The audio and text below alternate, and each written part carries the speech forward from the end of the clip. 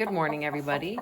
Last night we picked up 4 hens, and the internet, really helped guide us and instructed us that when you get new chickens, you really should have a period of quarantine.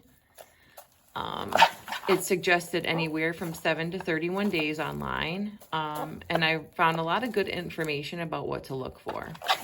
So clearly, these girls have been a little beat up, and I'm concerned because there was no rooster in their living situation. So I don't know why they are experiencing kind of such weathered looking feathers, but I haven't seen any evidence of mites on their body. So I did look for that.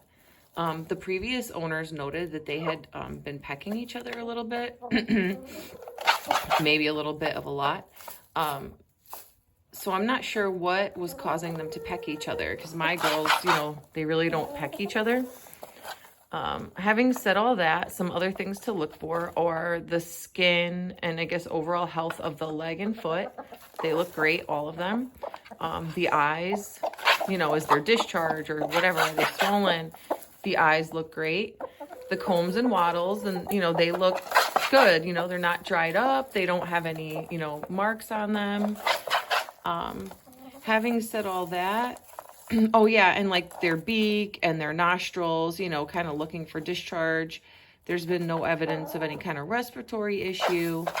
So we're not sure what we're facing here, but the goal today is to give each of them a nice rinse in a lukewarm bath, and get some chicken saddles on some of them where they have the balder patches on their backs, so that we can protect those bald areas. It worked great on some of my other hens when they were getting overmated. But this is their quarantine area. It's in our garage. It's a little messy. So we bordered these dog crates with cardboard to try to stop the chips from being scratched around. We've got our wood chips. They spent their first night sleeping on their little roosting bar. Food and water, we're having to refill very frequently, actually, but that's fine. It's just a temporary situation.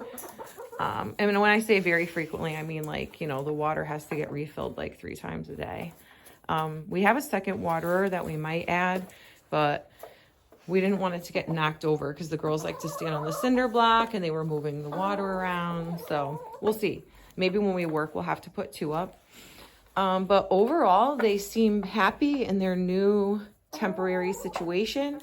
Last night we had the garage door open and our chickens were out there and these chickens were in here, and they didn't really, my chickens didn't choose to come to the new chickens.